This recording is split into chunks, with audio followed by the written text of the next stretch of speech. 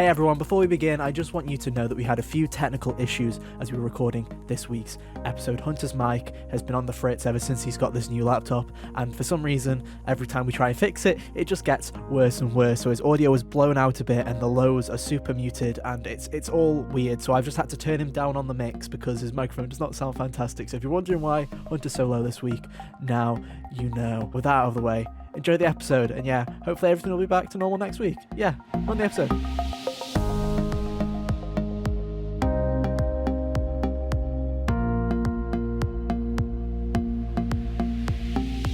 Hey, how's it going, everybody? Welcome back to another episode of the HGO podcast. I'm one of your hosts, Dave, and joining me, as always, are my good friends, Hunter and Kyle. Hey, guys. How you doing? Oh, I'm doing just swell. You know, we've had... Video games came out. Video games did came out. I wish they would have fucking stayed away. I swore in the first... Gonna have to make it a big intro now because of YouTube's new terms of service. What a shame. As long as it's not the majority, we're fine. I think it's the first 8 seconds, so who cares? But also, I don't trust YouTube at all to stand by that. So it'll be like, what was that? In the first 50 minutes, get them demonetized. Okay. It doesn't matter anyway. We chatted utter nonsense on your little test recording anyway. It's true, So we did. Throw some of that in there. Just throw that into the stinger. That could just be the podcast. Who cares? You know, it's just Honestly. But no, video games are here. It's this, what, the third week of January? Something ridiculous like that. Yeah, the drought is over. The drought is over. Welcome on in, guys. Buckle in, because we're starting the year with Fire Emblem, which is definitely a way to start a year. We'll put it that way. Fire Emblem and Persona. What an engaging way to start. I'm waiting for Fire Emblem Marriage personally, but you know, it's fine. That's the sequel. It's true. Anyway, so yeah, this week we're talking about obviously the new Fire Emblem game, Fire Emblem Engage, that's just come out. Me and Kyle have both played it. Kyle joined me in the pain because he didn't want me to suffer alone, and that's very kind of him. So we're going to talk about Fire Emblem. Is it good? Is it bad? Let's talk about it. We're going to talk about the Persona 3 and Persona 4 ports. I actually wanted to talk about this, so if someone can add them into the timestamps. I also want to talk about the rumours of the Persona rumors that came out this week of the 3 remake and Persona 6. We'll talk about both of those as well, because I don't know if you guys have heard about them. But we'll get into those. I mean, there's always Persona 3 rumors. There's always Persona 6 rumors so as well. But I've learned to just ignore them. We'll it's talk like the all Silent about Hill rumors. Yeah, they're never ending, and we wish they would. But we'll talk about all of that, and then we've got some other bits and pieces as well. We've got the whole Suicide Squad kills the Justice League stuff, which we'll talk about it, but my disappointment is immeasurable and my day is ruined, but we'll get to it in just a little bit. And then we'll wrap it up with a bit of fun speculation about Nintendo with them cranking up Switch production numbers. Does it mean the Switch 2 is even further away than we thought? Or could it be that there's a massive franchise that's coming out this year that might mean some more consoles are sold? Who knows? We'll talk about it. It could be anything. Both things. Who knows? I don't. We'll get to it. But yeah, if you're new here, welcome back to the HGO podcast. We're here every Monday, and we're here to talk about everything that we love in the world of gaming. You can find us in podcast services everywhere. Just search for Hot Gamers Only, or go to youtube.com/Hot Gamers Only, where you can look at our stupid faces each and every weekday. If you are a podcast listener, or hey, if you are on YouTube, hit us with a sub. We'd really appreciate it. We make a load of content every week, and I'm trying to get the sub number to pump it up again, because you know you have to say it to pump it up, and it has been going up a bit this January, so thank you for that. And if you continue with that, that'd be great. And also Hunter's review of River City Girls 2 is also out there, so if you're on YouTube and you feel like watching a review, if you want to take 7 minutes out of your day to do that, that'd be wonderful. So if you can over there, that'd be swell as well. Anyway, just as swell. Yeah. Got all that out of the way. What are we starting with? We starting with Fire Emblem? Yeah, starting with Fire Emblem. Both of you guys played it. Yeah. So we did. What do you Some think? more than others. Top-down impressions. What do you got? Oh, I like this. I don't know why. I feel like I just like this whole idea. Basically, behind the scenes, we're acting like it's natural. I've basically like, you know what? Whoever's not played the game, you take over in charge, because it makes maybe more sense. And I love it, Hunter. I'm loving it. It just feels great to not have to ask myself questions. Anyway, we should specify I've not put much time into it. I haven't had much time to play. I've played roughly around 2 hours. I'm in like chapter. The chapters are weird in this game. It's like every fight's a chapter, so I'm in like chapter 6 or something. I'm not very far. But yeah, how much have you put into it, Kyle? I've put in about 8.5 hours, and I think I'm on chapter 10 or 11. I did look it up. Out of how many? I have no clue. Oh, I looked it up. I think it's in the mid to late 20s. I believe it's 26, something like that. So many. That's such a weird number. Although Awakening had that many, so it's something along those lines, and I think it's weird because before you guys get too far into this, I was about to say maybe specify for the rest of the audience. Would you like to put my hand up next time? Your prior history with the Fire Emblem series, like this isn't your first one, but yeah, both of you have played one of them before, right? That is true. I have played one of them before. That is correct. Right. I'm a Three Houses newbie, so I was in at Fire Emblem with Three Houses. And I had a weird relationship with Three Houses where I bought it on release. I played it for about 3 hours. It just did not click with me. I left it on the shelf for about 4 or 5 months, and then in late 2019, I just got into it. I can't remember if it was December after I got back from a vacation or just before in October, but I just got really into that game, and I just played it in like the span of a week, and I ended up really enjoying it. I know Kyle is more of a veteran. And by veteran, I mean as veteran as you can get with this franchise. All right, Kyle? 3DS? Hell yeah, where the series started. Exactly. Everyone knows it started with Awakening. I picked up Fire Emblem Awakening about a year after it came out because of Smash Bros. Trailers, and I said I should try these games with all these Fire Emblem characters in Smash Bros. I sure love watching Captain Falcon beating that guy up. Yeah, dude, that was a great trailer. The Robin and Lucina trailer absolutely slapped. But anyways, yeah, that's where I got my start.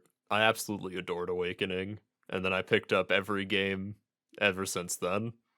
Fate, Echoes, Three Houses. Three Horses. Three Horses. I almost said Three Horses. I love Nadelgard. Nadelgard. So good.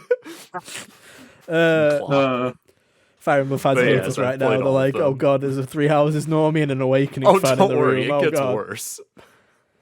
And out of all of those, Awakening's the only one you actually like, right?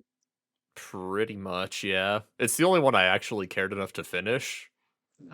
Classic. And I've played it more than 5 times because it's a great video game. I have only played Fire Emblem.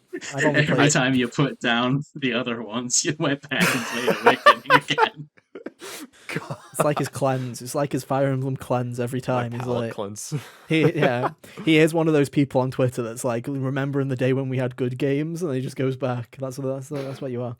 I've only played Three Houses once. I've said to myself time and time again that I should go back and play the other routes of Three Houses. I've never done it. I've only played the Edelgard route of Three Houses. I don't remember what it was called. Black Eagles, something like that. I don't remember. Black Eagles. I think I got like halfway down Claude's route in Three Houses. My opinion, I should probably give my opinion, shouldn't I, on Three Houses before? But like, it's like I love the story of Three Houses. I love the world and I love the story. I'm not a fan of the gameplay, particularly. I think the problem with Three Houses, especially, is on the performance and the graphics side. It's not the best looking game of all time. It's kind of bland. It's not really got a great kind of art style to it. And also the gameplay side of it feels really rushed. I feel like the story and the lore of Three Houses is really rich, and there's a load of characters and a load of stuff to go and grasp at. And I feel like if you're the kind of person that's a story person and you really want that kind of stuff, you can kind of get into Three Houses quite a bit and ignore the gameplay, because the gameplay is a bit drab. So it's been a bit of a shock going to Engage. We'll get to that. But it's been a bit of a shock for me, for better or for worse. Yeah, so I guess with Engage, start off with the gameplay, I suppose. What's that like? I know the main gimmick is you can summon all the good old characters from the series that have been in Smash Brothers before, at least. Basically, you're not wrong, really. I mean, I think my big takeaway from the first couple of hours of this game, I don't know if it's the same for you, Kyle, is this. You'd think that after the success of Three Houses, you'd think that what they would do is, let's do more of that, but make the gameplay better. and kind of make the art style better and do more of what we've done. It seems they've gone in the opposite direction, and they've kind of gone, okay, the strengths of three houses, dial those down. The weaknesses of three houses, let's crank those up. So, in terms of like art style and gameplay, I think that the gameplay is a lot better. It's a lot stronger than it is in Three Houses. It runs better. It just feels better to play. They've made little tweaks and changes that feel a lot better. For example, instead of drawing lines all over the battlefield when you select a character and you drag them to where you want them to go and they do the little trot, you just press the character and you can just fucking move them like a character on a battlefield. Just use the analog stick and walk to the spot that you want and press A. It's just like bits and pieces like that. The gameplay feels really solid and really smooth, and it runs really well in that regard. And it feels weird because it's like I was playing Fire Emblem. I'm playing Fire Emblem. Like I said, I don't like the gameplay of Fire Emblem in particular. But when I was sitting there, these fucking cutscenes are going. I was like, "Can we get to the fight, please?" Like the fight was the bit that I was kind of enjoying because there's something to it. That's the thing is with this game is I'm sure me and Kyle are going to berate the shit out of it in just a couple of minutes time when we get to the later sections of it, because there are so many weaknesses with this game in my opinion. But the gameplay is the strongest. I can't speak as a long-term fan because I've only played Three Houses, but in comparison to Three Houses, this is miles ahead in terms of the gameplay department. I think, Kyle, you're probably best to take over from me here because I feel like I've been stalling enough. It's a lot better than Three Houses was, but it's also significantly shallower than it was in the 3DS games. Where in those games, if you had two units next to each other, they would like attack together. And it was a very simple process. One step, put them next to each other, fight. Okay, two steps, but the point stands. You didn't have to jump through 1,000 hoops to get a follow-up attack like you do in this game. And I think it's weird because just feels random. They can do that, and there's like I remember in the tutorial when the Prince Prince Forgettable shows up and he's got his band Dimitri knockoff, whatever his name is, and his band of Guy and Archer Girl. And they're like, the Archer guy, if you stand him next to someone, he'll assist you when you do an attack or whatever. I'm like, okay, he never did it. Okay, but when? He never did it, and I was when is he gonna help? Who knows? It's just like I say, it plays a lot better, but also Three Houses didn't play incredibly well. Yeah, but I mean, Three Houses was about as simple as a strategy RPG could get, and I still think that this lies on the kind of the edge of simplicity. I don't think if you are somebody who is a veteran of the Fire Emblem franchise, crank that difficulty up, baby, because you're going to get nothing from a regular playthrough of this. Because as someone who doesn't know strategy games very well and has rarely played this kind of video game before, other than, like I say, Three Houses, I won every fight without any challenge whatsoever from the first 6 chapters of the video game. Like there was nothing that was even remotely challenging about those first 6 chapters of the video game whatsoever. I like to imagine you just won by Zerg rushing everything. Just took your closest people and rushed them up the front, and like basically that's genuinely what it is you press the morph button and then you run after them, and then your friend on the horse will then run at the people that are further away and kill them, and that's the strategy of this game. And bow and arrow person, it's far too easy. They also give you way too many people at the start that are just very easy to not fuck up with. They give you a mage, an archer, a guy on a horse so quickly that the first 6 chapters, there's no difficulty whatsoever in the game. No, there really is. Not to say that the gameplay isn't bad, because it's not. It's just very simplistic.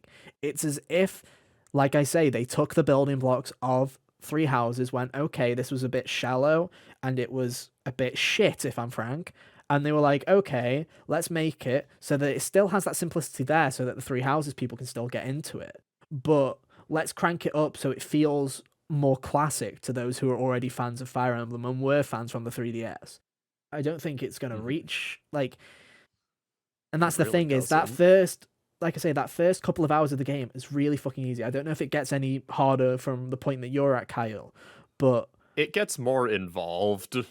Yeah, because in those early chapters, Ethan, I don't know if you noticed this, there's an auto battle feature in the menus in battle. I tried those for a few chapters and it worked perfectly. the game needed zero input from me to get wins on those chapters. Epic. So you were just able to successfully Persona fast forward button through basically. Yeah, chapters. pretty That's much. hilarious. It is. And I was auto battling the cutscenes or auto battling the game and auto playing the cutscenes. Nice. Yeah, Game needed no input from me for a few hours. And like I say, I feel like I need to make this like explicitly clear. When you look at the difficulty options, normal is the lowest, and they say that that's for new players and for inexperienced players. And I feel like it's very much what it says on the tin. There is no story difficulty option here, because normal feels like the story difficulty option, except I know that there's a reason there isn't a story difficulty option in this game. We'll get to it, but there's a reason that there's not the kind of skip the gameplay option. There is, basically, because it's not too much into it, especially at the start, but they don't need to have an easier difficulty, because if not, there'd be no game there. It's kind of crazy. I don't know, like I say, it runs well, it plays well. In terms of quality, it's miles and leaps and bounds ahead of Three Houses. The battlefields look so much better in this game. They run so much better in this game. The animations, they just like everything just feels well. I guess we should, before we move on to the story, talk about the engage mechanic. Yeah, AKA, the summoning the mechanic. mega evolution of the Fire Emblem franchise is what it feels like to me. It's gimmicky bullshit. It's like there's literally a part, we'll get to the story. Fucking hell, I can't wait to talk about that. But it's like we'll get to it, but there's literally a part where they genuinely go, "Hello, I am Emblem Marth," and Marth's just like, Emblem "Hello, I'm Marth. here." Yes, they literally he literally Marth says, Fire "I am Emblem Emblem. Marth," and then they like you get him from day one, like literally minute one, Marth is with you, and that's it. It's just like you and Marth. Marth is like your Pikachu. Like Power You're just Rangers there. naming energy right there. You're alone falls your best friend. Kind of, and you just have these rings. This world has these rings that have these past Fire Emblem characters in it. Do they really explain why they have them? Fucking not so far, really. It's just like and we'll get to it. I don't think Fire Emblem is a series that should really go for nostalgia, especially when it's like that's all it lives off of nowadays, it feels like. Yeah, but it's like you have the mobile game for this. You don't need this, and it just. It's fine. It's from a mechanic point of view, it's all right. It's interesting. Basically, it's a mega evolution. You get it for 3 turns, and you get a fucking big move, and that's about it. You can use it. You see, they said you could only use it once. You can use the big move once per battle. That's what they said. But then you've also got these recharge points, so you can still have Marth as your fucking friend holding hands throughout the map as long as you fucking want. You can just only use the big move once. But it's like, again, simply like. It just makes things a bit too easy, because Marth, when you have Marth at your side holding hands together as you go in for the kill, you get 2 moves every single time. So you hit, they hit, you hit again, and then when they come and hit you, you get them 2 again. And I'm like, it's just like it's mega evolution. It's just it's simplifying things that I don't personally think needed to be simple. It's making a game that's already easy just even easier. Yeah, and it just doesn't feel fun, and it doesn't add anything to the story. And at first, I was very much, before we went into this, I was like, okay, it's clearly just going to be kind of a gameplay thing, where they're like, we have these rings, they have heroes from other worlds in them. But when the fuckers start showing up in cutscenes and stuff like that, and it's just like, I don't know what this game's going for. And it's one of those things where, from the gameplay, from everything else, you can tell that this game is one of those games like Xenoblade 3 that is very well polished. It's been sitting on a shelf for fucking ages. We know this because this game leaked a year and a half ago, and it looks the exact same as it did then. It's like, this game is extremely polished. A year and a half to change the character's design, and they just thought it was still good. This game's been done for a year, Hunter, probably. Their design is perfect. We can get into that. We'll get to it. Hair. We can get to it. But it's one of those things where, genuinely, it's like, it's really polished, but it's as if they just didn't think that there was like, it's like, they just didn't think that all of this would just be boring. It's just because it is. It's even if you polish boring. a rock, it's still a rock, you know? It's like I say, So and I think my big fault with this game is we'll get into it with the story and all the characters and stuff. This game doesn't know what it wants to be. It genuinely doesn't know what it wants to be. It doesn't know if it wants to be a sequel to Three Houses. It doesn't know if it wants to be going back to the original. It doesn't know if it wants to be a nostalgia pandering cash grab. It doesn't know what it wants to be because it has all these elements that just work and don't. It's like the game is functional. It's got a great battle system that's simplistic, but it's functional, and it has. Mhm. It works, but it doesn't, and it's fascinating to me. It really is. Yeah. So And it seems like you. Oh, go ahead. John. I was just gonna say, like, if we wanted to start talking about the story, like, for the first Yeah. about 8-ish chapters, there's next to no story. Like, there's like a setup, but then there's nothing adding to it after that until chapter 8, where stuff finally starts to happen. It's Oh, just such a slow burn for is, any is kind of payoff. is it like one of those things where it's like, oh, setting up, there's this guy in there, just for example, 'cause I don't know what the actual setup for the game is, where it's like, oh, opposing force, and they've got like four things that you need to go and destroy or whatever. So the first part of the game is like go and destroy those and nothing else It's added to it there. More or basically less, yeah. you start with a scene that's like the final battle, basically, where you see like it's like you see all these characters that you already know, and you're going there with you're holding hands with Fire Emblem Engage, you're running through a battlefield, and then you run and you see the final boss, and you do a battle, and then you wake up, and it's it's either the future or the past. I don't know what the fucking did this too. Yeah. They're just doing this shit, right? And you wake up and you're basically a drag. You're like what? Oh, fucking divine dragon. That's what it is. Divine Dragon. You're basically the son of the divine, or son or daughter. Sorry, I picked male Aaliyah. If you picked female Coca-Cola, Pepsi Man, whatever you want to call her. Male Aaliyah exists. Male Aaliyah. Well, I picked male Aaliyah because all the clips I saw on Twitter and everything else was female Aaliyah. So I knew what that performance was like. So I wanted to see what the male performance was like. I was like, fuck it, why not? I'll be the 1% that picks that character. And it's like you just wake up and everyone's like, Divine Dragon, Divine Dragon, Divine Dragon, Divine Dragon, and that's the fucking storyline. It's just everyone saying Divine Dragon. You're basically the king of this world, Divine Hello, Dragon. I am We love you, the Divine Dragon. android sent by CyberLife. And it's like the story's dog shit. I'm not like this isn't like oh, you know what, I'm disappointed by the story. It's not doing it's absolute fucking horse shit. The writing is abysmal in this video non-existent. game. This like honestly, I can't think of a video game from a big developer like this that has had this bad of a script in a long time. And I've looked up what people have been saying. I've looked at the Nihongo Josus of the world who have looked at the Japanese version, and it's not a translation issue at all. It's also this simplified in the Japanese version.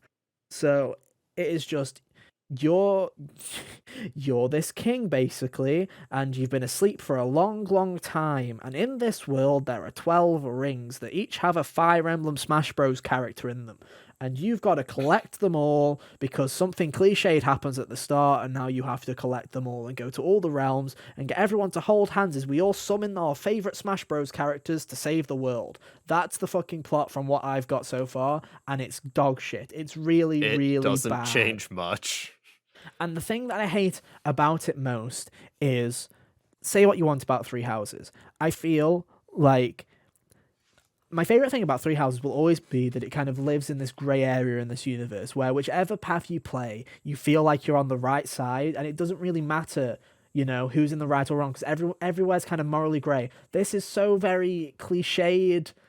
Good versus evil. You're a holy dragon. You've got to kill the bad guys because they're corpses of the dead. You got to kill them. And there's this guy who's very serious, and he's the big bad guy, and he looks like a fucking alien. He's purple. It's like, wow, cool. Like, He's purple's purple. bad color. it's just we've gone from and that's the thing about Fire Emblem is I've looked at prior stories. I don't know much about them, but with stuff like Awakening and stuff like, even if we look at Fates with how you had to choose your family based on the copy of the game that you bought, right? And it's all about these kind of polarizing worlds with kind of a like gray balance to it, or it's you always know, seemed like a war story, not a good versus evil and thing. this feels like a good Yeah. versus evil story. And the thing is it's taking off every trope in the fucking book. And don't get me wrong, other Fire Emblem games have done this before, but it's like, and I feel like I should say, if you don't want spoilers for this game, just skip a minute into the podcast. Just do me a favor, because I feel like from the get-go, I can already predict everything that's going to happen in this video game because of one thing. This is the one thing I'm going to spoil. So you've got 15 seconds, right?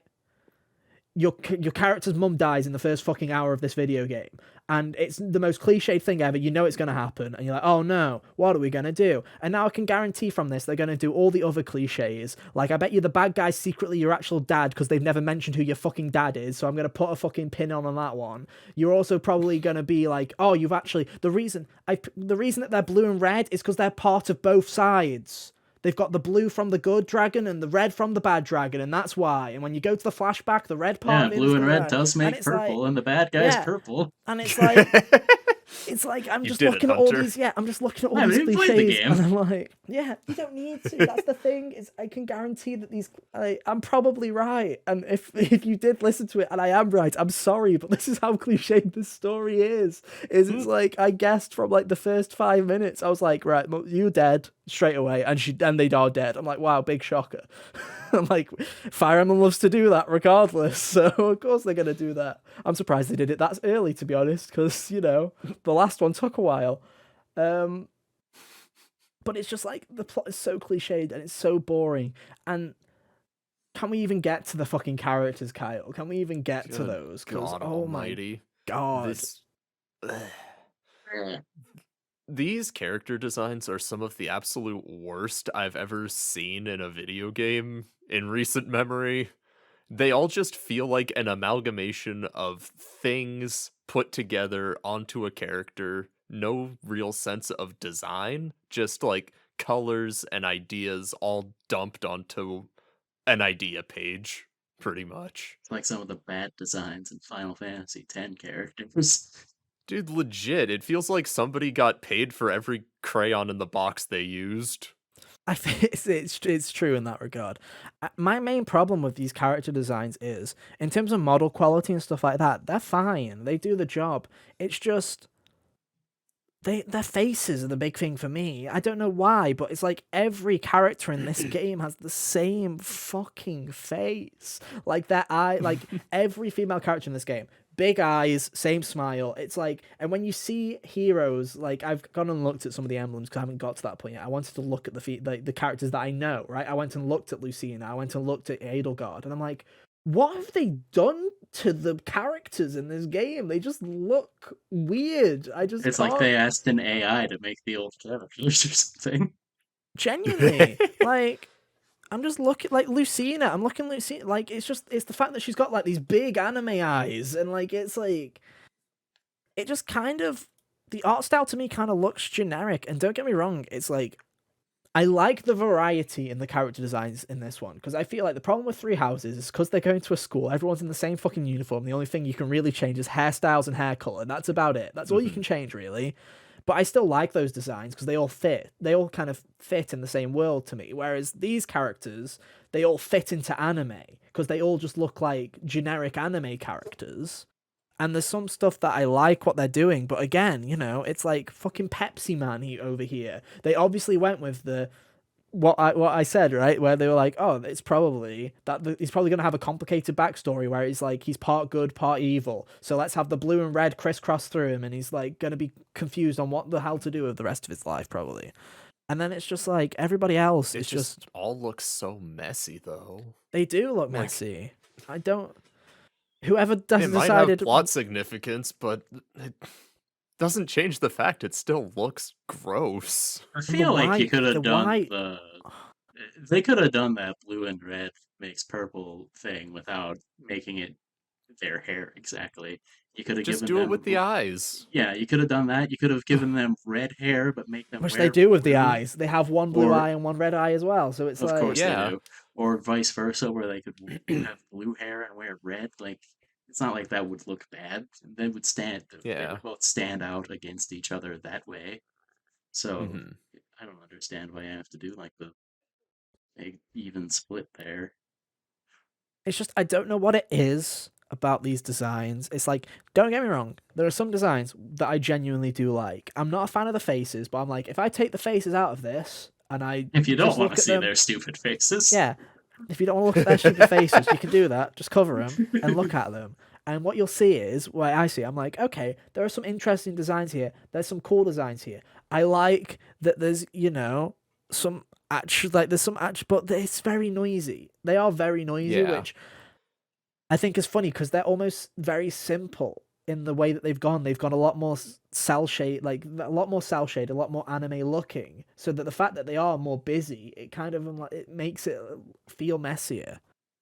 I think the thing for me personally that is bothering me is that you see all these new characters juxtaposed with the old characters, that And and that's you the can thing. like just see design the difference philosophy. between the two. Yeah. 100%. That's the thing. Is I feel like if you take the emblems out of this and you've got nothing to compare it to in the past, it'd be a lot more digestible. Where you're like, okay, and it doesn't help that the first two things you see in this game are Pepsi Man and fucking Morph. They're the first two things you Yeah. see, so they do it straight away. They literally do it straight away. You from day one, from minute one of this video game, you're living in that kind of uncanny Fire Emblem Valley where you're like, yeah, you look like Marth-ish, but you don't. Marth adjacent. Yeah, you are kind of Marth adjacent, and I feel like it's especially like just looking at some of these, like Ike. I'm just like, what is like? He just like looks very weird, and it's mainly for me. Like I say, it's the big eyes with the female characters where I'm just like, I can't get used to it. I just genuinely can't get used Yeah. to the massive kind of like fucking bug eyes where they're half the faces. I just can't. And I don't think it's because they're just more anime, because, I had no problem with the character designs in Scarlet Nexus, and that game is just fucking anime, right? It's like, that wasn't my problem with the game, it was everything else. This game, it's like... But again, though, Scarlet Nexus characters all had these simple designs. And they like all they fit all to a wore the theme. same kind. They They all all fit wore to the a same theme. kind of uniform, but And I think that's They were funny. still they all had their distinct. own personality pushed through those.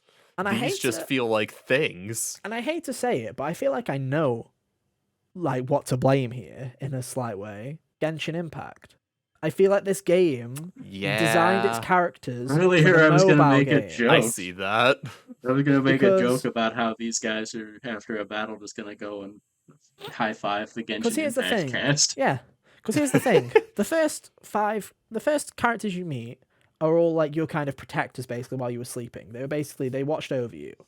And they all have grey hair. They all kind of look like they're from the same place. They all kind of look semi-related, right? So you're like, okay, this makes sense. These all kind of fit in. And you fit in with your mum, because of course you do. At least you Yeah, fucking hope, that's right? how genetics work. So yeah, so you hope for the first part. There you go, all sorted. Then, when the first characters from Firene come around, you've got, like you say, you've got fucking Dimitri What's that place too. called? Dimitri Light. Yeah, Firene is the first area. Like fire. Yeah, Fire yeah, Firene. God, you're right. The writing in this game is so bad. Yeah, Is there an emblem in it too?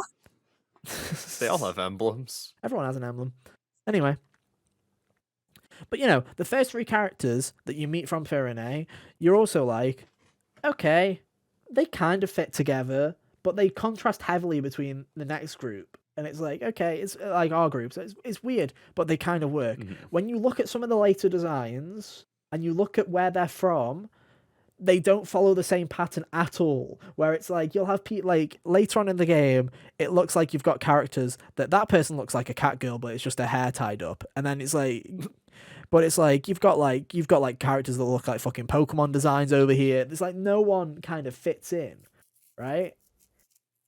I don't look at Three Houses and go, okay, looking at the Golden Deer people and looking at the Black Eagles or whatever, you don't look at them and go, oh yeah, they may be from different countries, but you don't look at them and go, oh, you know what, you're different worlds. That's what it feels like. Is it almost feels like they're from different fucking worlds in a way. It's just very weird. It's very weird.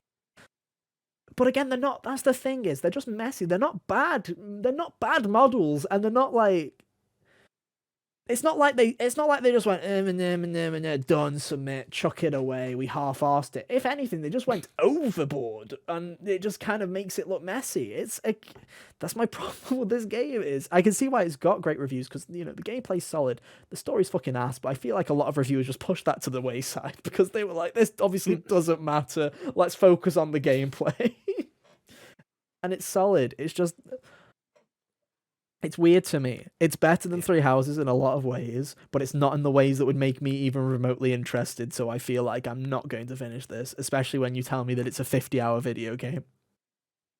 Man, 50 Wait, whole what? hours? That's what reviewers say. According to you, though, Carl, you might be you might be just be running through it, but it might, yeah. Are those reviewers bad at video games? Maybe the reviewers use the fast forward button. But yeah, it's. I mean, have we got anything else that we need to talk about with this game? Like I say, graphics are great. And I'll performance say is way better. I'll say one positive about this game that I have is that the support cutscenes, in terms of like presentation, are definitely a step up from how they were in Three Houses. Where in Three Houses you would just have two models standing around talking to each other on a JPEG. But in this, the support conversations, you actually like see the characters doing things, which I feel like I shouldn't have to praise because that seems like game design 101, but I do want to in the spirit of yin and yang though, Kyle, I do also want to berate them for their overuse of PNGs when there are so many times where a scene starts and they fade onto a fucking PNG and I'm like, why are we doing this? Because then a couple of seconds later they'll be in the area in a 3D modeled area and I'm like, is that for loading? Is this for, like, what is this for? Why are you just showing me a fucking JPEG first? Get that JPEG out of here. Didn't need to see the JPEG. I just want to see the characters on the field. It's just like, it's very weird. It's very weird. As a counterpoint to my own positive, as a negative, those support conversations are fucking dumb and really don't tell me anything you wouldn't already know about these characters. I think that's my problem. And then, and then also the Bond conversations in gigantic air quotes between the characters and the character they have engaged are just super arbitrary. It's literally one line of dialogue for each character, and that's it. I also do want to... And it solves the most, like, empty dialogue, too. Yeah. Not, like, no substance whatsoever. And the emblems are stupid in general. And I feel like, personally, this game would be miles better without the emblems in it. They're really... They add nothing. They've only taken away from my experience. I think it's really funny when they're talking to their rings and they're talking to people. And I also think it's incredibly funny when... the guy, your main character, has amnesia, because of course he has amnesia. We are ticking all the trope boxes, ladies and gentlemen.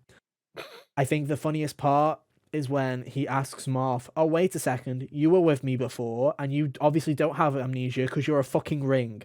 What was I like? And Marth's just like, not going to tell you because that would ruin the plot. And it's like, oh my god. He was like, you have to discover it for yourself. I'm like, you are shitting me here. Like, you couldn't have come up with it. You couldn't have come up with an excuse like the ring had become corrupted or it was drained, so you had no clue either. Something like literally anything. You're just like, nah, I don't want to. For 1,000 years. Yeah. That would be. I don't want to. Any of that would work. I guess while you're talking about the presentation, and you've mentioned Yuri Lowenthal a couple of times, the Fire Emblem series does have notable voice actors, and I realize that from what you're saying, the material they're working with isn't very good, but are the performances are good? They are making the most out of a dog shit for the most part. Situation. They're like, they're very. I don't want to necessarily say generic, but if there is a character, it gets the job done. If they're a returning character, they have their returning voice actor. So I'm not really going to talk about those because if you've seen their performances in the prior games, spoiler alert, that's what their performances are like here. In terms of new characters, they're fine, but they're not pushing the boat in any direction. They kind of feel a Yeah. bit generic. The only one that stood out to me at first was, what's the bow girl's name? Etier, isn't it? I think. Yeah. Her voice, she has more of a, like, when I saw her get design, I was like, oh god, here we go, another anime. And then it was more of a deeper voice that was like kind of like, I was like, oh, okay, wouldn't have expected that from the first point, but fair play, I kind of like it. But everybody else just kind of feels like very much your anime kind of, hey, I'm here to help you, like, hey, how are we gonna do this, like, and everyone's calling you Divine Dragon. So it's nothing's Divine bad, Dragon. but there's nothing where I'm like, I'm not sitting here going, oh, It's I'm not expecting pushing the boundaries. yeah, it's like I'm not sitting here going, oh, you know what? I am expecting the level of fucking Xenoblade 3 here. Okay, I'm not expecting like Harry. Which we're not. Yeah, You're not liking I'm not expecting. anyone Yeah, because not- of their performance in spite of what you're getting no. story-wise. And then they're doing the best that they possibly can with the content that they have, but Yeah. you're not getting like Harry McIntyre or Amy Fiona Edwards at all out of this. You're not getting one of those performances, and I can tell you for a fact from the script they would not have anything to go with that kind of thing here. There might be a cry, there might be something. Oh god, can we talk about that fucking? Oh, we can't because it's spoilers. But there's a scene very early on where there's a lot of crying, and it's really fucking cringy, and it goes on forever. And that was one scene where I was like, oh my god, I feel so sorry for the actor here who has to play Pepsi, man or woman, because it's like one of those scenes that's very cliched. And I don't know about you, Kyle, why was it so long? It was like 5 minutes. They just kept going. I was like, let him go, fucking pull that life support, pull it, let it go. Honestly, it's time. It's been 5 minutes.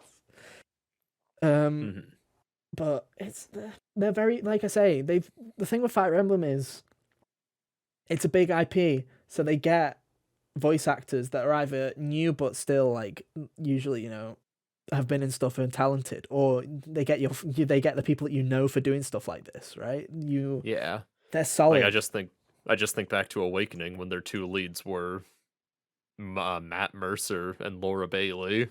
Yep. Classic. And The classic duo. Yeah, you know, Yeah. you just Can't beat it. it's they do what they want. They do well with what they are given, is what I can say. Fair enough, I guess. Yeah. So, And I mean, any parting regards? My parting regards is this game has an 82, and the thing is, what I can say about Congrats this on game. stealing 12 points from me, by the way, Ethan. Oh, thank you very much. Thank you very much. Hope you feel good about that. Don't worry, I'm sure you'll feel even better when you somehow take even more of that away from me with Crash Team Rumble when it gets to 52. Oh, that'd be swell. My lights have died. What? Oh no. Oh no, Ethan's in the darkness. We Purple Pepsi Man's coming to get him. Oh my god, the Nintendo ninjas, they found where I am. They've heard that Oh, I've no. actually got a Nintendo game again. What I was going to say, if you can stop aiming the sniper at me for 1 second, thank you. I think it still does, like, it's in that range, right? I think the problem with this game is it just doesn't click with me. I can 100% see why this game's getting around an 82 and 83. I can 100% see that because at its core, gameplay. It's great. It runs way better than Fire Emblem Three Houses did, and the gameplay is a lot more solid than Fire Emblem Three Houses. It's just, to me, the character and the story is so insufferable that I don't want to keep on playing, and the gameplay isn't that fun for me either. The problem is a lot of things are better. It's just not in the ways that make me want to engage with it more. Thank you very much. It's all right. It's just not for 44 me. minutes just to build up to that pun. Yeah. Anything to add to that, Camille? Yeah, I'll say for all the complaining about this game I've done, like on the whole of it, from what I've played, it's really just like a painfully average video game. It doesn't do anything egregiously good or bad. It's just mid. And there's good ideas here, but everything feels like its first draft, where there's good ideas, but none of them are really expanded upon. And I think the issue was if the story was good and it picked up at the end, I would be more willing to begrudgingly walk through it. But from the fact that from every review coverage that I've seen and from everybody that I've beaten the game, that people are like, this is the story, there's nothing really to it. And yes, they are going to call you Divine One the entire time. And I'm like... Hooray. hate that. Honestly, if anything, it just made me solidify that even though the gameplay's worse and it has a lot more flaws, I didn't mention it, the UI in this game, miles better than Three Houses. Oh my god, please just... go and patch that UI into Three Houses, because the Three Houses UI is dog shit. But it's like, I still like Three Houses more, because at the end of the day, the gameplay was worse. The art design is worse. The world and the story and the characters were at least more interesting and more compelling to me than these are in Engage. And as much as we clown on Byleth for being the most nothing character, I think the fucking Pepsi Man is also very much a nothing character as well. So it's just a nothing character with a voice. Nothing character with a voice. That's the only difference is with him. So it's like, I don't know. But at the same time, hey, if you're more into gameplay with Fire Emblem, hey, this is, compared to Three Houses, this is the game for you. If you were looking for that, if you were looking for something like Awakening, I think you're going to be waiting a long time. But then go play Awakening again. Go play Awakening until they remake it, because I genuinely think that an Awakening remake will probably happen at some point. I really would like for them to remake that game. So would I. Needs to play it. People talk about it like it's good. I keep wanting to pick up a Fire Emblem game, but I didn't have money when Three Houses came out, and I just don't want to play this one, so... That's understandable.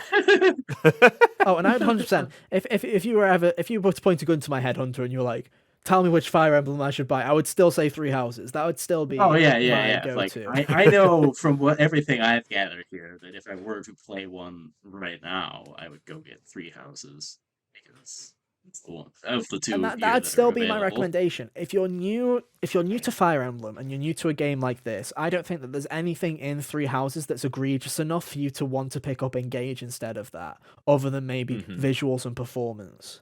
But if you're after a story, that's the one to go for. If you really care about gameplay and you don't really give a shit about the story, you just want the best experience, the best player experience, pick up Engage. If you're a Fire Emblem fan who's looking for the past games, but in a new form, keep fucking huffing that copium, boys, because you're going to be waiting a while. But it's like I say, that's the thing that sucks about it. It's not bad. It's just average. It's just, to me... It exists. It exists. It genuinely is. It's content. And I said it to you guys before I start. This is like, I would be shocked in the same way that I stole it from Kyle and forgot about it. That promise that I made, I will have forgotten about this game by the time we get to December, and it will 100% be a nomination for a This Came Out This Year award. Because there's just nothing right now that's making me grasp to it, that makes me want to carry on playing. Today I had the option to play more of it, and I sat on my PS Vita and I played Sly 3. That's what I did. Okay?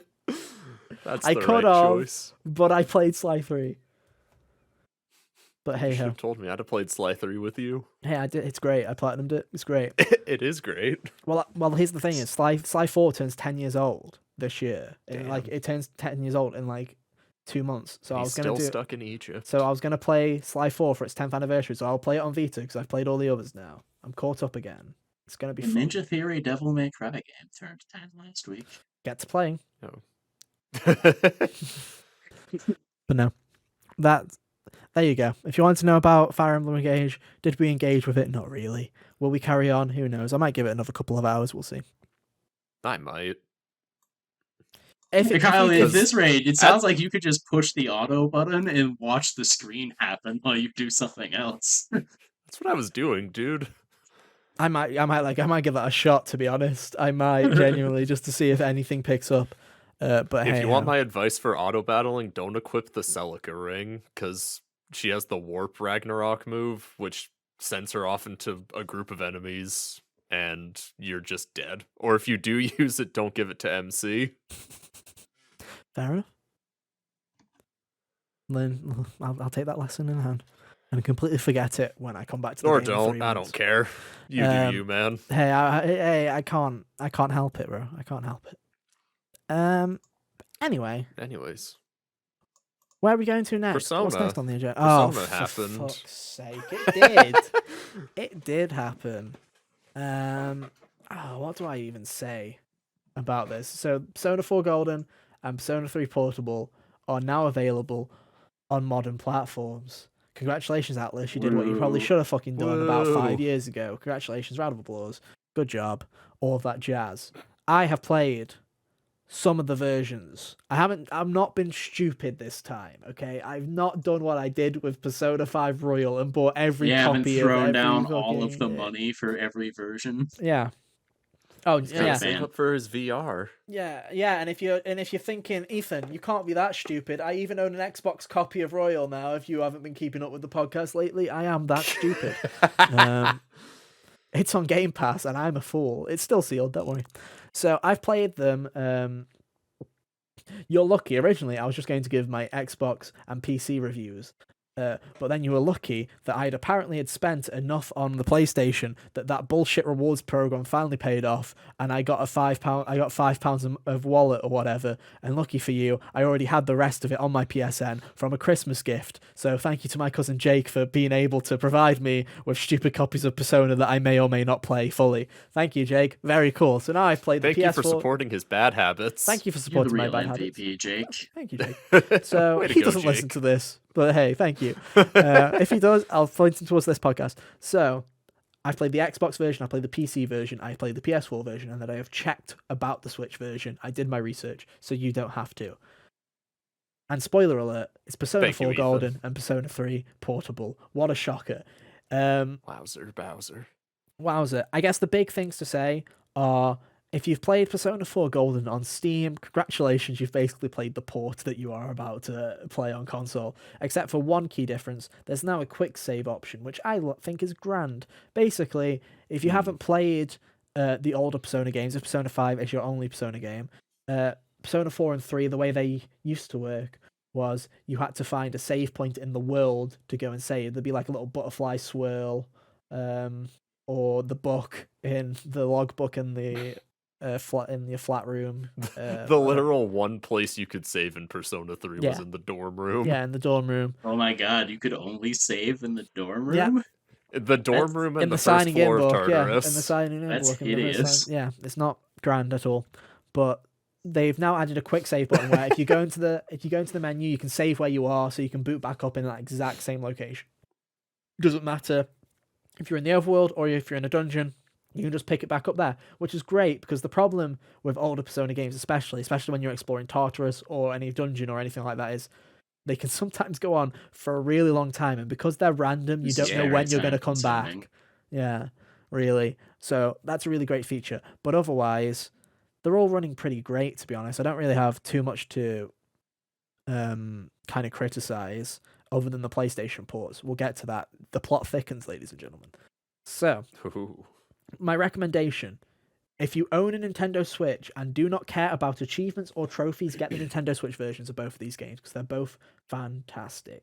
For the most part, they're running at 60 FPS. The only problems that really have is if you're in a foggy scene in Persona 4, you sometimes get some frame rate drops. But other than fog, Oh, that's like all of the scenes, though. it's not as bad as, when I say frame rate drop, it's not as bad as you think it is. It's like dropping. It's not a major drop. It's not like stuttering to 1 frame per second or whatever. It's not Danganronpa V3 on Switch where the final trial literally just fucking runs as a slideshow presentation. It's not that, but like 90% of the time, the Persona ports on Switch are fantastic, and I think those are the ones that you probably should pick up if you don't care about trophies or achievements or 4K or 120 frames per second or random other stuff on your PS2 video games. Okay. Yeah, I was about to say, if you have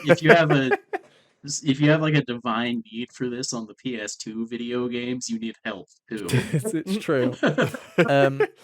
If you have a PlayStation or an Xbox and you don't care about either, or you don't have a platform, you're platform agnostic and you don't care about trophies or achievements like a sane human being, get the Xbox versions. They are miles better than the PlayStation versions. And what I mean by that, And on Game Pass. and on Game Pass, so you don't even have to fucking pay for them, really. You just get the subscription. The reason I say that is because for some reason, Atlas is either being Atlas or Microsoft paid for timed exclusivity on next-gen ports like they did with Yakuza. We don't know. But for some reason, PS5 does not have a native version. And this is how bad it is. There's not even a version for PS4 Pro. It is base PS4 for every fucker. You all get base PS4 version. Congratulations. So what the difference means in that is not only are the colours worse in the PS4 version, it looks muddier and blurrier, but also whether you're playing on PS4 Pro or PS5, it's only at 1080p and it's locked at 60 FPS. It's locked on every platform, but both games just look fundamentally worse on PS5 and on PS4 as well. Whereas on Xbox, you get 4K, 120 frames per second, and you get better aliasing, and whatever that ugly filter is that's on the PS4 version isn't on the Xbox version. What a weird thing is that? So it's like, if you own It's an the Xbox, fog that you get rid of at the end of the game. yeah, if you own an Xbox or a just paid to PlayStation, get rid of it. yeah, genuinely. If you own an Xbox and a PlayStation and you genuinely don't care about achievements or trophies or whatever, play the Xbox versions, because you get nothing from playing on PlayStation other than the fact that you might be able to talk to your friends on party chat if you really care about that while you're playing Persona. That's the only benefit you get, because there genuinely isn't. Are the PS4 versions bad? Who wants to talk to friends when you're playing Persona? True, You already got true. friends to talk to. There you go. Tartarus grind. Carl's made a good point. But yeah, there's nothing wrong inherently with the PS4 versions. It's just the Switch versions run and look very similar, if not the same, and are portable and to go. And the Xbox versions have all the other bells and whistles that if you are playing on a big TV and you care about them, you have them, and you have less of a blur filter. It just genuinely feels like Atlas was paid some money by big old Phil, and they just didn't really care about the ports to PS4 that much. They're fine, but it's just kind of, they're just not as good as the rest of them, in my opinion. They do the job. Quick question for my own benefits. Yeah. Does it have the experience slider thing? Yes. Yes. Cool. Oh, thank God. I can't wait to abuse that when I play the game. I'll abuse the shit out of that, Hunter. I'm definitely not hunting gold. Even if I play 4 again, I'm not hunting golden hands when I get to a boss fight for an hour. No. Before I fight said boss. I'm just gonna. Yeah, they have the difficulty options. You can up. change the difficulty options in the menus. Very cool. Thank God. It's just it's play the full game with Matador. Oh, God, now I'm scared that it isn't, and did I just assume? I'm going to 100% assume that it is, and if I'm wrong, then I'll insert an audio clip of me right now saying I'm an idiot, and there we go, perfect. But no, I think it's there. I'm like 90% sure it's there. Way to cover your bases, Ethan. Yeah, I'm like 90% sure it's there. Because it's definitely in P4. I'll promise you that much. It's definitely in P4. I checked, but then I think I definitely did check. I'm losing my sanity. To be honest, I just looked at it and I was like, why does this look worse than the X? Like, usually with these kind of games, you don't notice because it's a PS2 game. But I genuinely looked in. I was like, wait, why does it look weird? Like, it was very much noticeable if you just played the PC, and the PC versions are fab, by the way. PC version, you already knew Persona 4 Golden was fine on Steam. The P3 version is also great. The P3 version, I'm not gonna lie, they've done fuck all really, other than the quick save and the difficulty stuff. They've done fuck all with it. Like, I know, don't act too shocked. I know that was your yawn, Kyle, but don't look too shocked. Not surprised. Yeah, no one's surprised. P3 fans get nothing. Not yet. Sir. But we can move on really to these, because this is what I'm trying to get at, is with P3P, they've changed absolutely nothing. They've not even removed the Ken stuff from the FemC route, which I'm shocked that they did not remove that shit, to be honest. For those of you who did not know, you can romance Ken in the female route of Persona 3 Portable, and if you do that, FBI will be at your door shortly. Thank you for your service. There's also a mod on PC, by the way, if you want to remove that. That's pretty cool, to be honest. I like that. That's a good feature. That's a good feature. They should have just implemented the mod in the actual release. Feels bad. Anyway. Let's go on to this rumour, because there were some rumours rumbling around about the reason why they've done fuck all with P3P and why it might be P3P is because the rumour currently is that there's 3 games in development at Persona team. Obviously Persona 6. I know everyone's shocked. They are actually making a 6th Persona game, guys. I know, shocked. Nah. One of them They still. tapped out. It's just Persona 5 again. One of them's still a mystery, but the other one is that they are remaking Persona 3 according to rumors. Blah, blah, blah, blah, blah. Who cares? It's probably not real. Let's not get our hopes up. But it would make sense to me. It sounds good enough to be my meme pick for the draft. Same, to be honest. I was tempted. Honestly, I was tempted.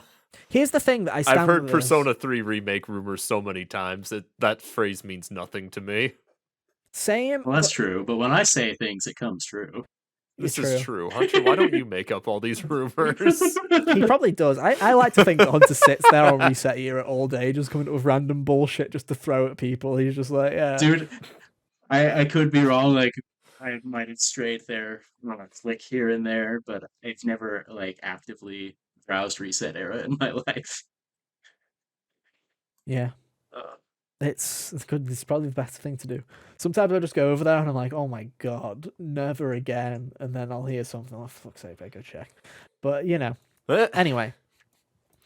I think there are a couple of factors here. Some people are like, it's not happening. Why would they release a port of Persona 3 and then remake it? And then to my answer to that is, of course they fucking would. It's Atlas. Of course they would. That's the first thing they do. If you're telling me that's... I'm almost likely to believe it now that they've released a P3P port, because I'm like, of course they've released a Persona port, just to then tell us there's a remake coming. It's not that unusual of a thing to do, honestly. Like, Final Fantasy VII got ported to modern systems, like, shortly after the remake was announced. Yeah. And to me, it'd make a lot of sense. But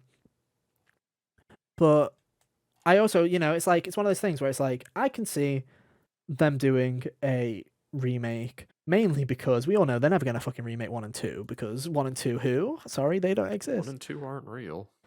But Persona 6 is also a number. The question I have to you is, will we hear about a new Persona project this year? That is my question to you guys. Persona 5 Arena. Oh, for fuck's sake. No, they're not. With Zenkichi. No. Zenkichi. Okay. Oh, come on, Ethan, you want that. No, I don't know. Persona Here's the thing. You want Zenkichi. Warriors. I would, as a fan, I'd appreciate seeing Zenkichi and Sophia and Kasumi at this point get any love outside of their locked off little timelines they're stuck in. But I also think it isn't going to happen. But the rumors did state, again, rumors are rumors. It's fucking bullshit as far as I'm concerned. But they did say that, obviously, which we've all guessed, they were planning on announcing Persona projects last year. They just got stuck in, they delayed them because of fucking development, which I think we all knew was... we got toothpaste. Yeah, and in the end, in the end, we got announcements of these fucking remasters as the final announcement. I would genuinely put money on, well, I wouldn't because I'm poor, but I would genuinely wager on Persona 6 being announced by the end of this year. Not released, but announced by the end of this year. Not released. Yeah, I get like the teaser thing they like to do. For release in 2024, maybe, if you're lucky. Late 2024, Japan only, 2025, rest of the world. That'd be my guess. Because it's like we said it last year. It was time last year because it's been what? 2019 was Royal. It's been fucking 4 years. It's been 4 years. 2015, 8 years since Persona 5 it was 2016, wasn't it? 7 years since. It was 2017. Japan. Yeah. No. Well, in the Japan West, it released was it. 2017. Yeah, In Japan, it was 2016. Like in You Japan, don't I think count, it came Kyle. out. I mean, the I think game in was Japan announced it in came like out 2013. That's what I'm gonna say. I guess. I wish that we get a Persona 3 remake. I genuinely do, because I love Persona 3. So do I. I really enjoyed when I played it, but there are so many problems that I have with that video game. I also think that this is the perfect... Well, it's not the perfect world if you're an FES fan, but if the remake was to be more than just a visual remake, and it did change certain aspects, like maybe Tartarus or whatever, I feel like releasing a port of one of the originals on the same platforms would make a lot of sense, so that they can go, hey, if you want the original-ish experience, you can go play Persona 3 Portable. Don't yell at us that Tartarus isn't 160 floors of random bullshit anymore. You can't yell at us. You can't. Yeah. If you want to play it, go do it. Otherwise, Shut up. I hope it's true. It's not. I'm huffing on copium here, but It's not. I would love for Persona Persona 3 remake. 6 remake. So you said there were like 3 projects. We don't know what the third one they is. were That's saying. probably Persona Yeah, I was 5 gonna say Arena. what's It's probably Yeah. Persona 5 Arena. We don't know what the third one is. But they See also. you guys at Evo. But you see, the reason I don't believe this rumor is because they said that both Persona 3 Remake and Persona 6 are pretty far along, which I do not believe in the slightest. Atlus cannot juggle 2 games there's at no once. way. They cannot No. juggle 2 games at once. No. And they also said summer reveal. So you'll know this time, guys. If Jeff Keighley doesn't have them, it's not real. And it can't It's hurt not you. real. I don't know, maybe Xbox will get them again. I'm scared. Don't say that. Don't say that. The last thing I want is to be doing this again where I'm like, the textures are different on PS4. Why? Why does it look blurry?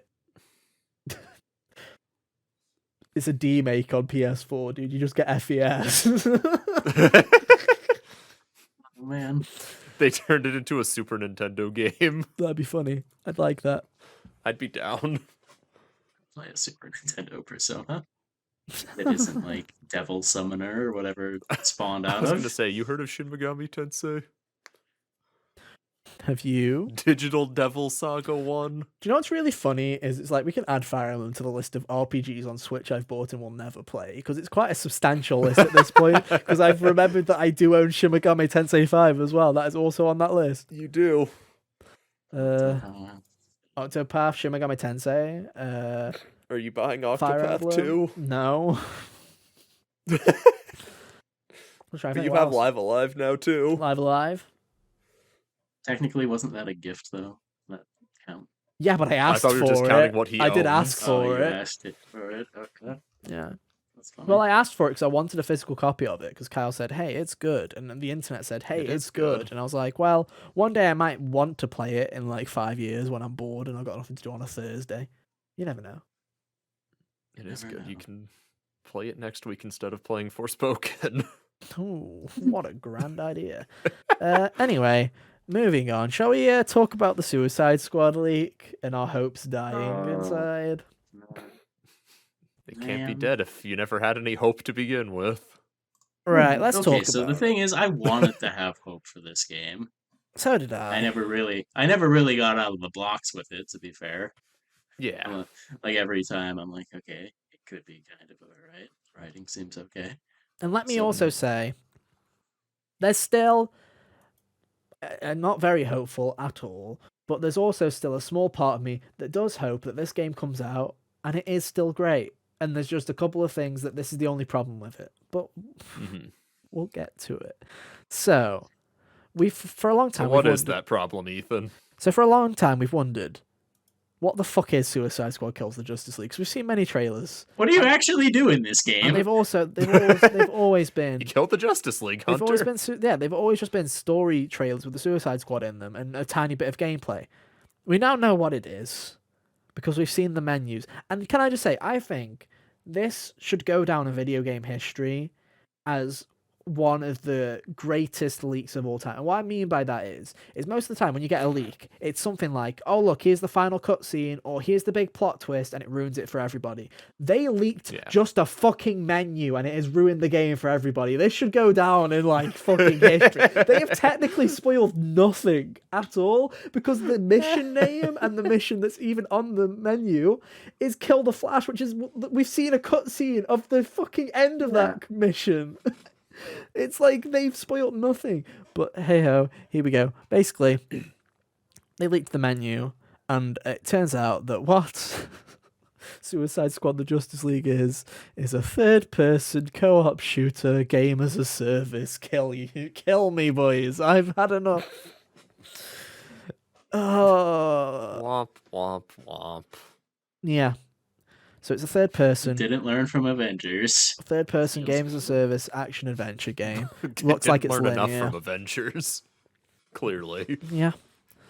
And it's just like, it has a battle pass, apparently, you know, all your favorites. It has a battle pass, it has a store in it, it has microtransactions.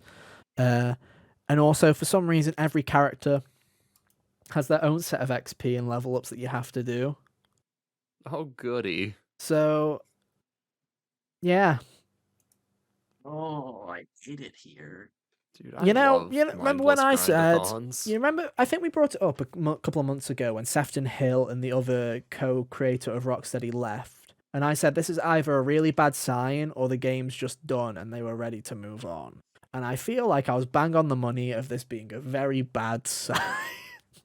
Yeah, I could definitely imagine why they left now, because like why would this isn't okay. So if you liked Rocksteady's other games, this is not what you would want from Mhm. another Rocksteady game. Yeah. And I It's think, not like it's not like I think that it's not like I think that they should just make the same kind of game all the time, but also, this isn't. I don't want this like at all. it's just, it just kind of sucks, to be honest, because I don't know what I was expecting to be. If I'm honest with you, I don't know, because the trailer showed nothing. When I first saw when the first trailer launched, I thought, oh, it's just gonna be like an Arkham game, but Metropolis is the city, and you're playing it in co-op. Was what I originally thought this game would be. It would be an open world game where you hop around and you choose your character and stuff like that, and you just have a fun time. And there might be some games. So the big shock to me was that it's just a linear campaign shooter, basically, where it's a lot more similar to Avengers than we thought it could possibly be. It is just a campaign with co-op mode attached to it and some shitty post game. And I've played Marvel's Avengers. May it rest in peace. And there's nothing special there. There's just nothing. It's like the campaign's fine, but all of the additional garbage that's on top of it, the level system, the power armor, all the garbage that just convolutes it. The game would be so much better if it was just the story mode. And I feel like this game's going to be the same, because I don't care about a post game for Suicide Squad Kills the Justice League. I just wanted a cool, stupid comedy game where I went around beating the shit out of the Justice League. I liked the Arkham games, and even after I beat those, I couldn't be bothered to go back and do the other things that I didn't finish. You see, I Like, did, but it was just because I really liked the gameplay, and it wasn't because I was sitting there going, "Oh, I've got to do my dailies and level up and get my power level higher." gotta get No, my Batarang points. exactly. It was just dab like, emote. I just leveled up. I guess I'll choose an upgrade. Or sometimes I just let the upgrade points sit in my menu for a while, and then go, "Oh shit, I've got 5 upgrade Yeah. points that I need to use." But it's just. I remember when it was like we saw that Kevin Conroy trailer, and we were like, "Oh, guess I'm getting it now." And now I've gone to guess I'm waiting I to don't see think how the review scores I go. don't think I don't think I can like as much as I would like to get it because it's Kevin Conroy's last Batman performance. I also don't think I could buy it outright and feel, you know, like Good. yeah, it was responsible use of my money. I feel like I'm gonna have to wait and see what the reviews are like on this one. If they prove me wrong like, and it's actually a really fun experience, I'll happily play it. But I feel I like would it's like for this to still turn out to be good. Like, I don't want this game to be bad. It's just especially because I've wanting got that this way now. I've genuinely got this eerie feeling that it's I feel like Suicide Squad's the end of the line because Gotham Knights did terribly. It did not perform well review wise. It did not perform well sales wise. Hogwarts Legacy is the next one, which I still feel like it could genuinely be 50-50. That game could be decent. That game could be awful. I feel like it's going to sell well because of the IP, but I don't think critically it could be a hit or miss. I feel like Rocksteady's the final line on this one. I could 100% see Warner Brothers dissolving their games division if this game doesn't do well critically or commercially. Because what else have they got? They could easily just in their head, they could probably think it's just as easy to do what Marvel's doing, where they go and give a game developer that someone else owns and is responsible for their IP, and then just rake in the passive money income as that comes in, right? Yeah, like they could just keep shopping out Injustice to NetherRealm and not spend money to make other things. And after Batman But hasn't been still, received well, and maybe Suicide Squad, they could go, okay, let's go and give somebody the Batman IP. See if they want to do something with Batman. Or, hey, do you want to make a Superman game? It's easier than us having a studio that makes it, especially when you've had 2 developers now in Ubisoft, not Ubisoft Montreal, fucking Warner Brothers Games Montreal. God, I hate when developers just have the place that they are as the studio name, especially when it's Montreal, because there's fucking loads of developers in Montreal. Why Yeah, are you there's doing so much. that? Remember when Square Enix Montreal got like Yeah, sold, and then they had to change their name to something else? yeah. Ugh. Anyway, but yeah, I feel like Warner Bros. Games Montreal and Rocksteady have both been in development hell for years at this point. It's been over. It was It was nearly a decade for Warner Bros. Games to make a new game, and it was 8 years for Rocksteady. That's not good lead times. They've obviously had one, if not multiple, cancelled projects each, and it's like, wow, what are you gonna do? I really do hope for the best. I genuinely Sucks. do. But... And if it's anything to go by Avengers, and the fact that it's died after 2.5 years, I just don't see like this. I don't see a place for this game. I really don't. If that's what it is, because I don't think anyone will be interested at all. Maybe this is something that just Avengers being, it's going to have the plug pulled on it by the end of the year. I forget the specific time that it's happening, September. but that's going to happen. Final Suicide update in Squad. March, def in September, and by def I mean it's just being pulled from PlayStation. It being pulled from the PlayStation and Xbox stores. You'll still be able to play it. And the one prop I will give to Eidos Montreal, is it Eidos? No, it's Crystal Dynamics that made it. Crystal Dynamics. Crystal Dynamics and I guess Square. The one prop I will give them is they made it so that most of the content is accessible offline. So even if the servers go down, you'll still be able to platinum it. You'll still be able to fully play it. That's the only good thing you can say about Avengers, really. To be fair, I will say fair play. I was looking when they were saying that they were shutting it down. If you bought any credits or whatever, the amount of currency you get in game for it is fucking ridiculous. Like they give you a shit ton of like the resources in game, so you'll be able to buff yourself up fucking stupid crazy.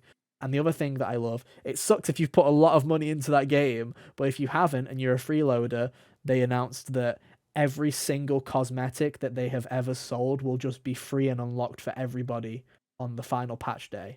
So they are just giving everybody everything in the game because they're not going to make any money off it. It's gone. So they've just unlocked everything for everybody. That's amazing when you think about it. So fair play to them. Massive failure of a video game, but hey, it might genuinely get me to play it a bit more after all the stuff's come out because hey, I'll get some cool costumes and maybe I'll be able to finally figure out what that game's supposed to fucking be. But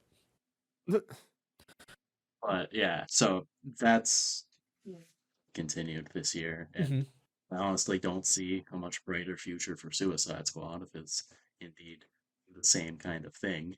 So no. maybe this pattern will clue in the other developers who might be thinking of doing this, and they'll be like, maybe don't do something like this. Well, I think unless it's the distinct purpose. I think Gotham Knights and Suicide Squad both were well into production before Avengers had even released, so they were probably like, oh hey, Avengers is doing that. Like, there's an Avengers game that's going to come out and do that big. Oh great, so when we do it, it's also going to be big because people are already going to be used to Avengers and they're going to love it and we're going to be huge as well. And then Avengers did shit and they were probably like, fuck, backtrack. And Gotham Knights came out and it was whatever the fuck Gotham Knights was. And then Suicide Squad is probably going to be, my guess is Suicide Squad is probably going to be just a co-op linear third-person shooter, but it will have the battle pass and stuff like that elements. But I think all the stupid stuff like, online operations and all that garbage side stuff probably won't be in there. They'll probably be really tied back. But at the same time, I'm not going to want to play a stupid co-op shooter over and over and over again to level up my battle pass, bro. No. Not a chance. Not a chance. I'd play a stupid co-op shooter maybe once with a buddy. If I really liked it for some reason, I'd play it with, someone else if they wanted to play it too, but I don't think that's ever happened before. So, I'm just, yeah. I don't know. You see, if you told me like 8 years ago that, hey, now that they've done Arkham Knight, the next game they're going to do is Suicide Squad, I'd genuinely be like, you know what, I'd actually be excited to see what Rocksteady would do with the Suicide Squad characters. Because You know, there's something about having a bunch of losers who are terror. Like after having Batman, who was like, you know, undefeatable, even in Arkham Knight. At the end of the day, he goes out his fucking way, and it's like to go from that to have the most powerful one of the most powerful characters in that kind of world, to then go to Captain Boomerang and fucking Harley Quinn pissing about. It's like, yeah, that kind of seems like a fun thing for Rocksteady to do, but I don't know, man. It's just doesn't seem like it was meant to be. No, Oh well. unfortunate. Let's hope to be proven wrong. We can pray, but you know, I also put faith in Gotham Knights and fucking Saints Row last year, so who am I to judge? I can't pick them. You know, I have to shoot myself in the foot, guys, or else it'd be too easy. Every year, I just shoot myself in the foot. It's that and Crash Team Rumble. Anyway, let's wrap it up with talking about this Nintendo Switch stuff. This is the final piece of news that happened this week that we care about anyway. Nintendo Switch, according to Japanese investors, is ramping up production for its, seventh year on the market? Oh my gosh. God, this console's old.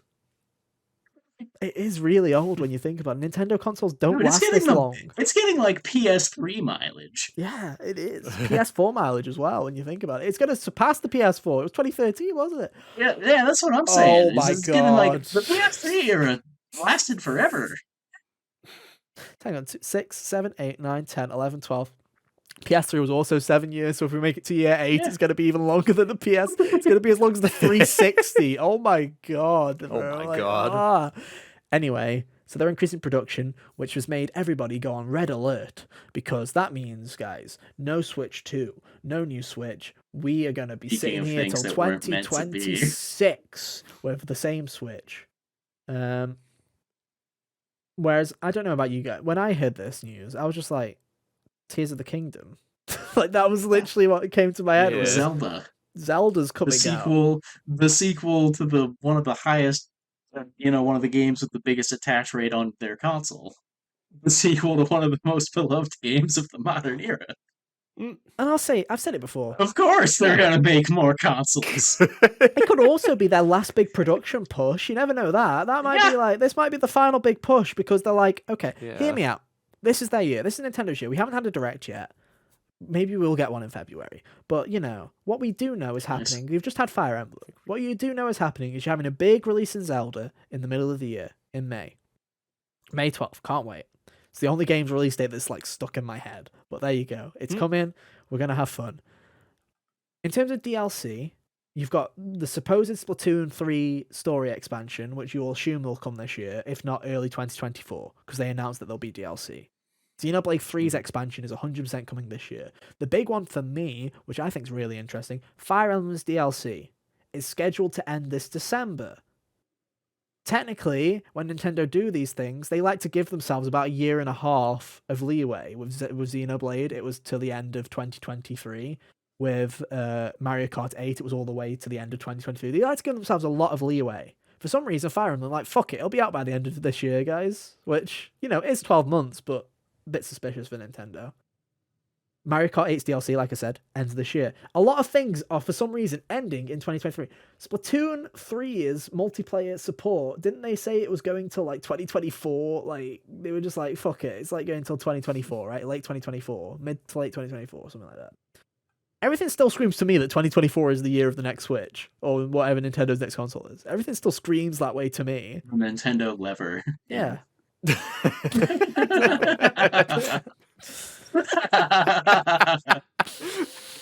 God damn it. But I don't know, everything to me still screams that... That one's free, Doug Bowser, you can have it. Please don't have it. Please don't have it. Please do, it'd be funny. It would still be better than the Wii U. That is true. The same insiders did, yeah. So everyone's claiming, so everyone's saying, because I think the big thing is everyone's like, oh, early 2024 people, who, to be fair, I was an early 2024 person. I thought March 2024, here we go, it's going to happen.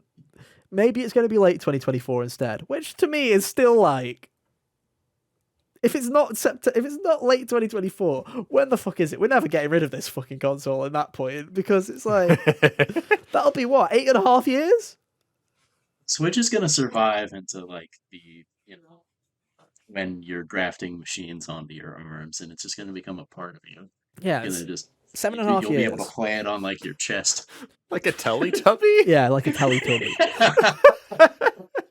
But no. Yeah. So that'll be 7.5 years. Hunters love that joke a bit too much. 7.5 years, which is longer than the Xbox 360. That's how long we'll be talking here. It's longer than the Xbox 360. Is it longer? No, just shy of the Xbox 360, which was still the Xbox 360 generation was the longest generation ever for a console. Longer than the PS2? Yeah, PS2 was only 2000 PS2 to came out in, 2006. Yeah. Oh, wow. Yeah. And that's because the PS3 was delayed a year. It was supposed to be 2005. But they were a bit behind Xbox and Nintendo. But man, it's just like it's got to end at some point. We're gonna have to walk over to Nintendo HGO ourselves and pull the plug. I've loved the Switch. I think it's great. It's my favorite Nintendo console. But at the same time, I want something new because it started to get there. Even when I'm playing Fire Emblem, I'm like, it looks good for a Switch game. But still, imagine if Nintendo just had like the power of a PS4, like just a PS4. Like, we need that step up. Do you remember when Mario Kart 8 came out for the first time, and we were like, man, because the PS4 was already out at that point. Hang on. And we were like, okay, Mario Kart 8 on the Wii U. Yeah, on the Wii U. Okay. And we were like, man, this game looks. We already had the PS4, and we were like, this game looks like an early PS4 game, but it's on the Wii U, which is way underpowered. It looked great. It looked absolutely fantastic. Not had like Breath of the Wild looks great, and I think the amazement of Breath of the Wild was it looks this good on a handheld. I think that was the gimmick on that one was, hey, look, it's on this tablet. Also a Wii U game. Yeah, also a Wii U game. But we've been stuck with Wii U games now for over a decade, Hunter. This is how we've been stuck with this quality for a decade. I just want something new. Is it too much to ask? Is that all? How many more times do I have to beg on this fucking podcast about Switch 2? Whenever the new Switch does eventually, the Nintendo lever does eventually come out, Metroid Prime's gonna be the launch title. That's a bold move. Like the Metroid Prime 4. I don't think is actually. It might get the Breath of the Wild release where it shows up. On you see, I'm almost now that people are mentioning like 2024. I'm starting to lean on that, and I genuinely think this is my prediction, and I can't wait for Nintendo to prove me wrong instantly. My prediction is that Metroid Prime 4 will be the final Nintendo Switch game, and it'll be around summer 2024. And then Mario will be the launch game for Switch 2. That's my prediction. Because as much as I love Metroid Dread, and everybody loves Metroid, right? It's not. No one buys Metroid. Seller, we love it, but no one buys it. So it's like, to me, saving Mario, because we've not heard from Mario since like a proper mainline Mario since fucking Odyssey. Or if you count Bowser's Fury, then count Bowser's Fury. But we've not heard from that team in a while. So it makes sense to me. Although maybe I'm wrong. Maybe that's the late 2023 game, and then who knows what the launch lineup for Switch 2 will be.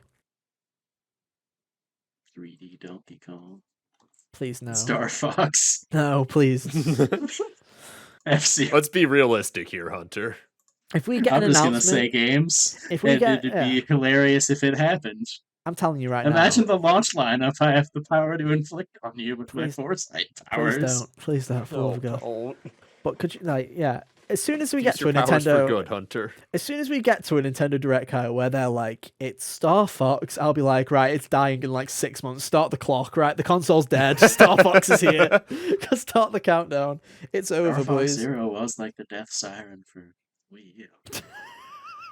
They were like, we need to release something so mediocre that it kills even the 2 fans of the Wii U quickly. I also think Star Fox 64 was near the end of the N64's lifespan too. I'm pretty sure it came out in like 98 or something, or 97. It wasn't. Let's have a look. Star Fox 64, I thought 99. No, it's 97. 97. Damn, that game's earlier than I thought. Wow. That game's older than me. Yeah. Damn, it must be old. It's older than me. But no. I thought it was just older because it used the Rumble Pack. When did the Oh. Rumble Pack come out? 97 Did apparently. it- Oh yeah, But wasn't no. Oh, the Rumble Pack made for this game? I don't Could've know. been, I don't know. Someone remember. smarter than me correct me in the comments. Sure. / Like- someone who has time to research this. Ocarina of Time used the Rumble Pack too, and that was a '98 game. Yeah. So like it. Huh. Hmm. I really thought it was older than that. Apologies, Star Fox 64. Who knows? The other big selling point could be, Hunter, that they just do a load of next Switch ports for all the games that people like. You know, they Oh, could do yeah. here's the Tears of the Kingdom, but better, and here's the Metroid Prime, but better. And then have Here's no Pikmin release games 4. for it, and we'll all still eat it up because we're fucking idiots, and we'll just be like, oh, thank God, I can throw away my Switch. Thank God, give. Yeah, that would work. It did work. It did work when they did it with the Wii U games. I mean, here's the thing, Though I just, yeah. I would hope that the next system. I was just would get hopeful that the Switch was backwards successful. compatible. Yeah, I was just hoping the Switch was successful. Whereas I feel like my purchase of the Switch 2 will just be to get rid of my Switch 1. It will just be like, oh, thank fuck, finally. Just give me something that runs something that I can look at that doesn't have aliasing everywhere. Thank you. I'd appreciate it. Please. What do I have to do, man? What do I have to do? Anyway. Blood sacrifice. No. Tried that yet? No, and I will not. I'm Think a good about boy. it. No, I'm a good boy. Anyway, Just Let's try wrap and it up. figure out Hunter's power to speak things into existence. dude, I've tried. It doesn't Try work. and know how try it and learn works. how that works. Dude, I've tried. It didn't work. I started talking about Sly, and then the fucking rumor died, so I'm not trying that again. Oh man. Yeah, it doesn't work for me. If anything, I bring up my hopes, and they die in the fucking pits of hell. The developer themselves will come out and go, no! More Tsushima! I'm like, no! Oh, I can hear it. I No can hear sucker Kevin punch, sobbing back please. there now. Oh well. Anyway, I guess it's time to wrap it up, isn't it? We've been here long enough. We have. We've been all over the place this Been all episode. over the place It's been right fun. now. You could, We if spent you- a lot more time on Fire Emblem than I thought we were going to. What can I say? I knew it would happen. I knew it would happen. What can I I didn't say? think it would go for like 45 minutes though. We had so much to say and so little time. I probably play. Yeah, we nearly could have. We nearly went for half the time I've played the game. That's incredible. Wow. Well, I did play 2.5 hours. Crazy. Go Oh, well. team. Go team. Anyway, I did put the links up, but you know, you can go and follow us on Twitter if you want to keep up to date. I'll put them up again just so Hunter's little doodly doo doesn't look like it goes up in vain, but you can look in the description or look on screen if you're watching the video version. Go and keep up to date with what we do outside of the podcast. And yeah, if you just want to keep up to the podcast, that's cool too. You can go and follow us on Twitter at HotGamersOnly or subscribe to us at youtube.com/HotGamersOnly. And hey, if you don't want to look at our stupid faces, that's cool. You can go to the link tree or search for your favorite podcast service on Spotify, Apple Podcasts, you name it. We're on it. Yeah. Been a bit of a long one. I didn't expect this one to run this long. But hey, Right. we're here. We're having fun. Next week, the games No more continue. fun. No more fun. It's Forspoken time. Forspoken's out and Dead Hey, Space. you right? shut up. It's Dead also Space Dead out? Space Yeah. o'clock. Yes, it is, and it's gonna be Dead Space great. o'clock. It's Dead Space Yeah. o'clock and it's Forspoken o'clock. In your space, I bets? won't be able to hear you scream about Forspoken. Anyway, it's gonna be a weird one next week. We'll have fun, and then I think there's a couple of weeks break, isn't there? After that. Yeah, we'll have to come up with something else to talk Oh, about. God. No, Finally. We'll Top see. 10 Dead Spaces. no. 10 Dead Spaces. Number 5 will surprise you. Anyway, that's all for now. Thank you ever so much for listening and watching this week. We'll be back same time, same place next week for more. But until then, have an awesome week, and yeah, we'll see you next time. Bye. See ya. Doodaloo.